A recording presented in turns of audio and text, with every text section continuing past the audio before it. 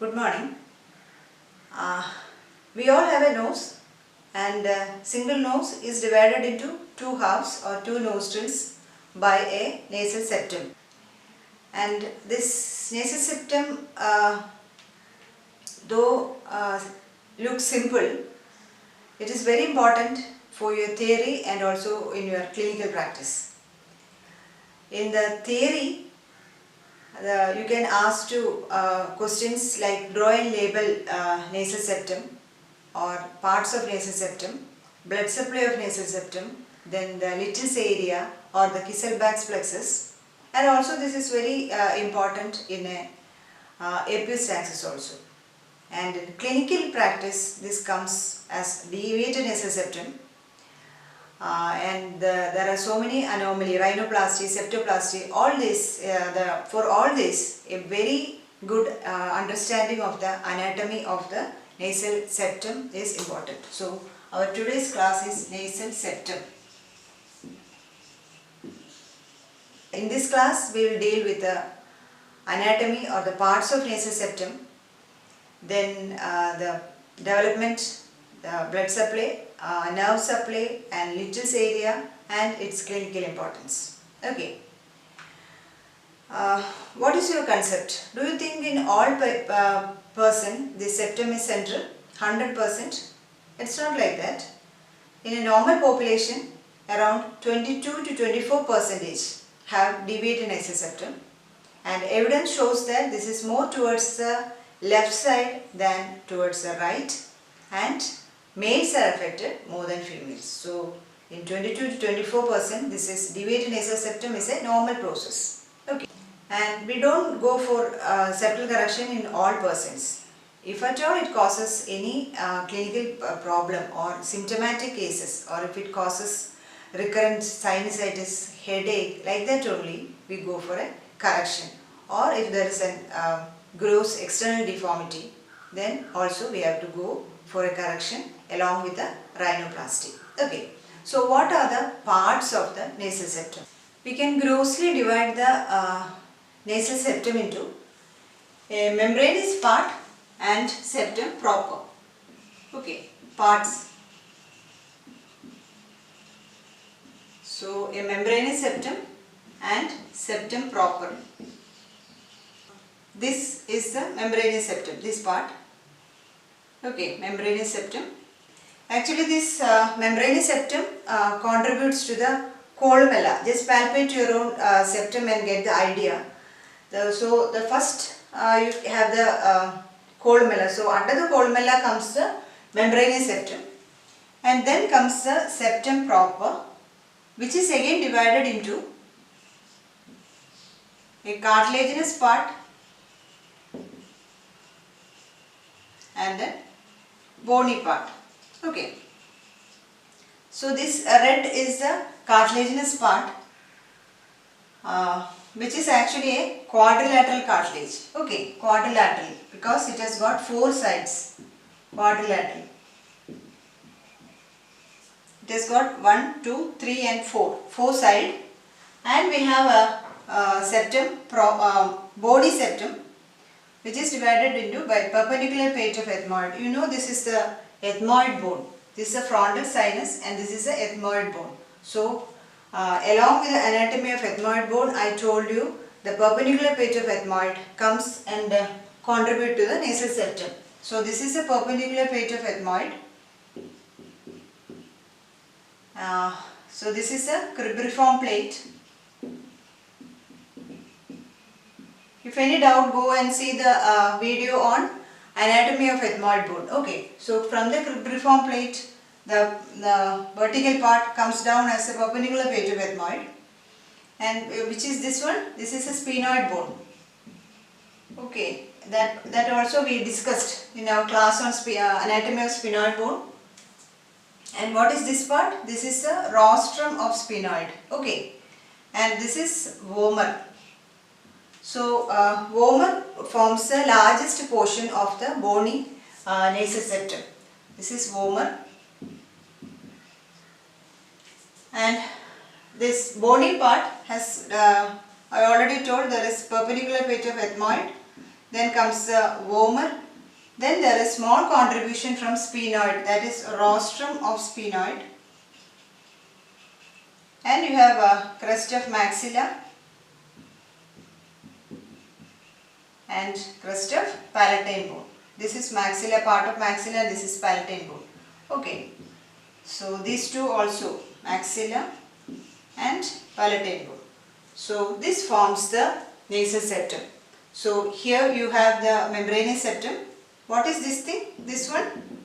This is actually the medial crest of lower lateral cartilage. Okay, medial crest of lower lateral cartilage is this one, and this curves and actually contribute to a little bit here. This is a vomer of nasal cartilage. Okay, so this part curls down and contribute to the nasal septum, is very small bit. So this is the membranous septum. This is the septum, cartilaginous septum, which is a quadrilateral cartilage. It has got 4 sides.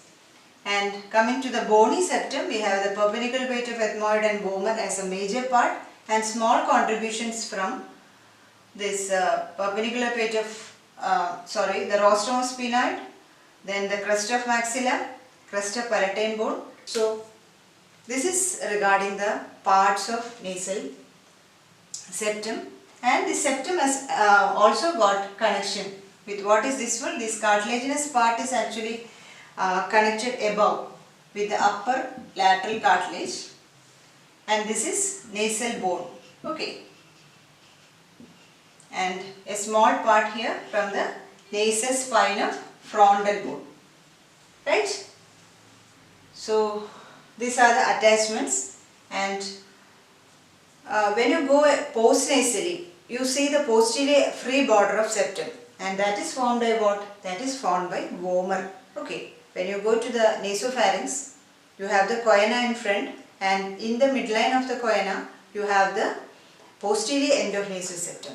Actually, that is formed by border. This is the posterior end of nasal septum. Okay, this forms the anterior wall of nasopharynx, right? So remember the membranous septum and the septum proper, which is again divided into a cartilaginous part and a bony part. Bony part divided into perpendicular plate of ethmoid and vomer gives a major contribution, with little contribution from the rostrum of sphenoid, maxilla and palatine bone. Okay. Another important terminology comes here. Palpate your nose here. You will feel the end of cartilaginous septum coming just caudal to the upper lateral cartilage. It comes exactly here. Just caudal to the upper lateral cartilage, the part of cartilaginous part of nasal septum. We call it as the anterior septal angle. Anterior septal angle. Okay, this is the anterior septal angle. There is also middle septal angle and inferior septal angle or posterior septal angle. But this anterior septal angle is very important for deciding the tip elevation in a case of rhinoplasty, especially in case of open rhinoplasty. This anterior septal angle, then dome correction in tip plasty, in all these, especially in open cases, this anterior septal angle, it measures a lot. Okay, and also at the junction of this vomer with the sphenoid, there is a canal here. It is called the vomerovagina,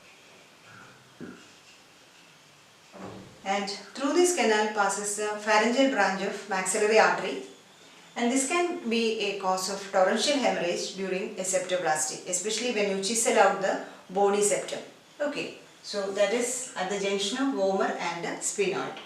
Vomer has also got connection with the palatine bone, maxilla, and also with the perpendicular plate of ethmoid, and anteriorly it is joins with the posterior part of cartilaginous nasal septum. What is the development of this process? Frontonasal process. Okay, and this frontonasal process is actually sitting on the roof of oral cavity, and from the posterior edge of the, that will come around here, and from the posterior edge of the frontonasal process a midline ridge comes, and it goes posteriorly to the opening of Rathke's pouch. Okay, that is, a midline ridge develops from the posterior edge of the frontonasal process. That is the main, you have to remember this name, frontonasal process. And this ridge from the posterior edge of the frontonasal process, it grows towards the opening of Rathke's pouch, and that forms the nasal septum. So you have to remember that this nasal septum, especially the cartilaginous part, contribute to the development of middle third of face. That is very important. Histology. And what is the lining of the mucosa? You have the here you have the mucoperichondrium, and here you have the mucoperiosteum. Okay, over the cartilage there is a mucoperichondrium, and over the bony part there is a mucoperiosteum. So the lining is usually the non-ciliated or ciliated columnar epithelium, which is mainly of respiratory type, except on this area, which is by the olfactory. This part, up to this part, it is the olfactory epithelium, and all the other part is by the typical 9+2 arrangement of the cilia, ciliated, columnar or non-columnar epithelium. Okay, respiratory. You can very easily remember the artery supplying if you have idea on the bones related to this nasal septum. Here you have the ethmoid bone. This one, ethmoid. Here is a sphenoid, and this is a palatine bone. And here we have the upper lip and the lower lip. And for the upper lip, we also call the labium. That is a superior labium, and this is a inferior labium. So remember that, and with that, we can divide the nasal septal blood supply into 5 territories. Okay. So territory 1 will come here. Territory 2 will be around here, this part. And the majority will be here. And also you will have this. So 1, 2, 3, 4, 5. So there are 5 blood vessels supplying the nasal septum mainly, and also from the internal carotid artery and also from the external carotid artery. So related to the ethmoid, you have ethmoid artery coming and dividing into an anterior ethmoid and a posterior ethmoid. So this is the posterior ethmoid and this is the anterior ethmoid territory, and it is a branch of internal carotid artery. Okay, and between the sphenoid and the palatine bone, you have the sphenopalatine artery coming. Sphenopalatine.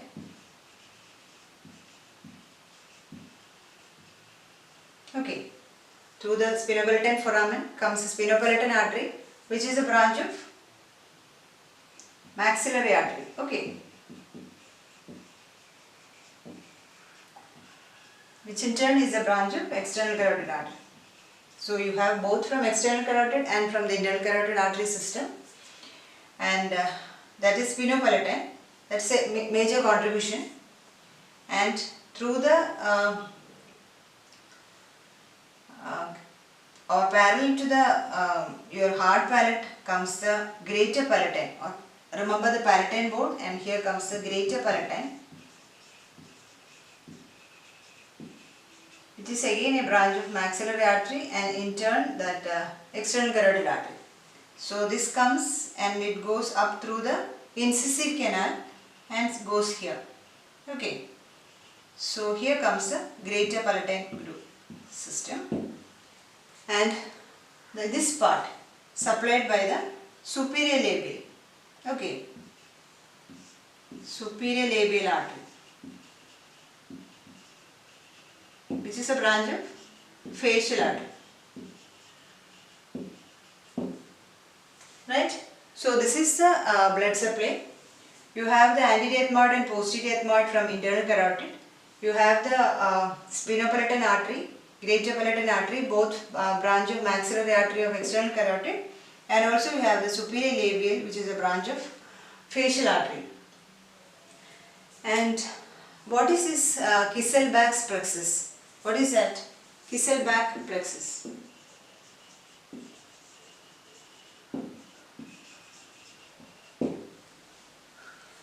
This kisselbach plexus is a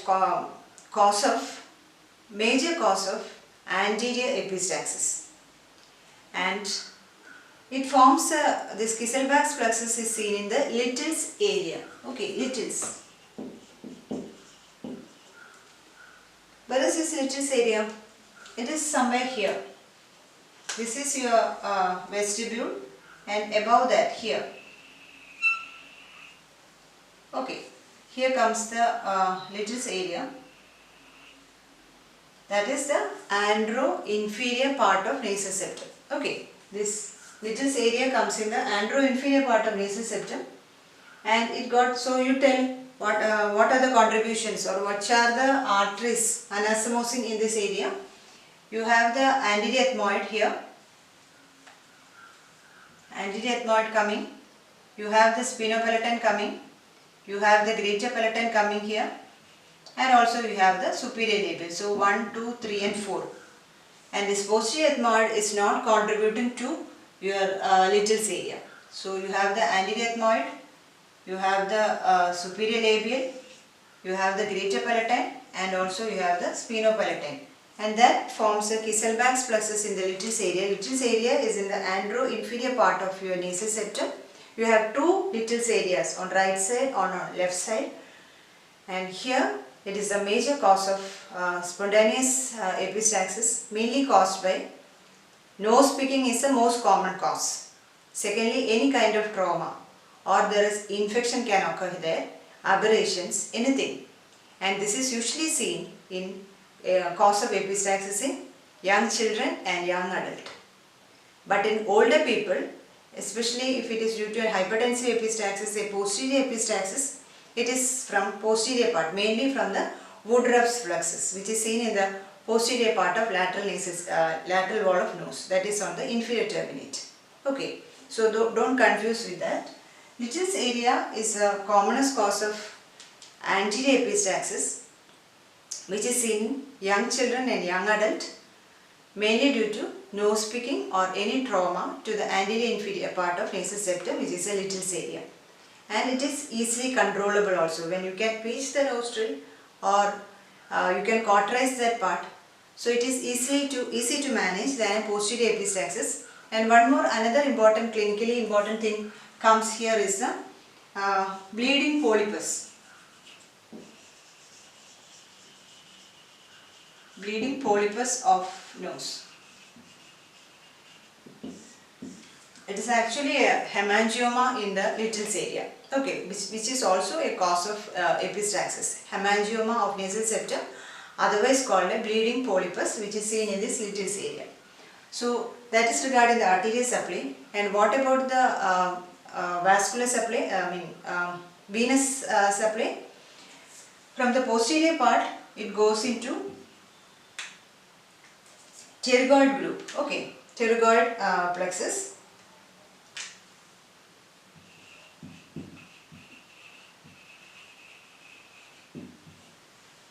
And from the anterior it goes to facial. Superiorly from the ethmoid area, it can either go to the superior ophthalmic group. Okay, here superior ophthalmic vessels from this part, or another important connection is to the foramen cecum. Along with the ethmoid bone, I told you there is foramen cecum, which is anterior to the crista galli. It comes here, foramen cecum. And from here it can go to where? Superior sagittal sinus. Okay, it can go to the superior sagittal sinus.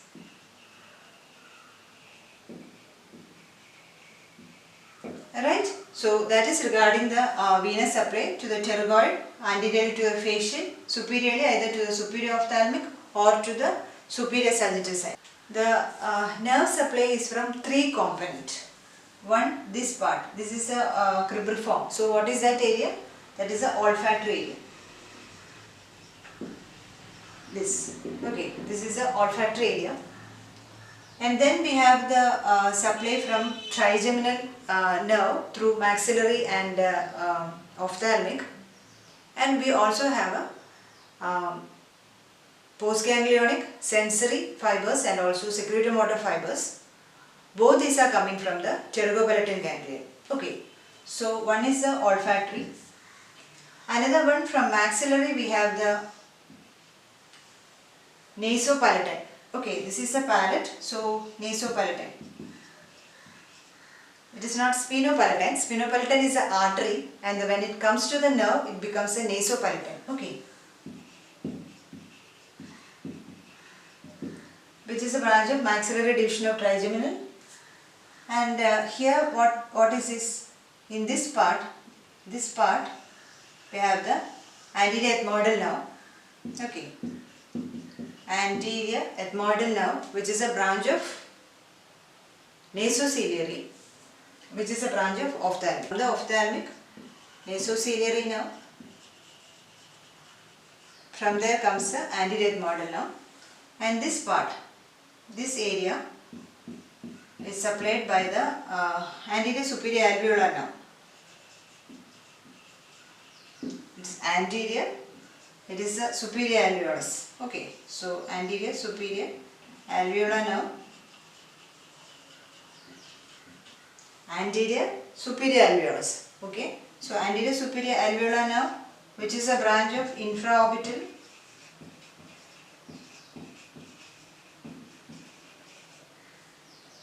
and which is supplied from maxillary. Okay, so this is the nerve supply. This is the olfactory area from the olfactory nerve. Then posteriorly nasopalatine, branch of maxillary, and also infraorbital coming to the anterior superior alveolar part.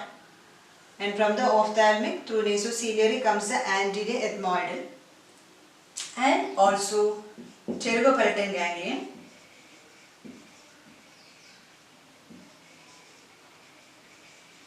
Okay, so from the pterygopalatine ganglion, parasympathetic secretomotor fibers and also parasympathetic sensory fibers along with the blood vessels. So that is regarding the nerve supply. And what is the lymphatic drainage? Anteriorly it goes to the submandibular, and posteriorly it goes to the retropharyngeal group and also the anterior deep cervical nodes. Okay, so this is all about the nasal septum. We discussed about the parts, which are the membranous septum. I'll show it here. The membranous, the cartilaginous and bony part, which is constituted by the perpendicular page of ethmoid, vomer, and also a small part from rostrum of sphenoid, palatine bone and maxilla. And we told about the blood supply, which is anterior ethmoid and posterior ethmoid. Then here comes the superior labial branch of facial. And here we told about the sphenopalatine and also the greater palatine. And there was the little's area here, and also the kisselbach's plexus. Okay, and these are the nerves, both from the olfactory, then the trigeminal division, mainly the maxillary division, and also the ophthalmic, and also the lymphatic system. Okay, thank you.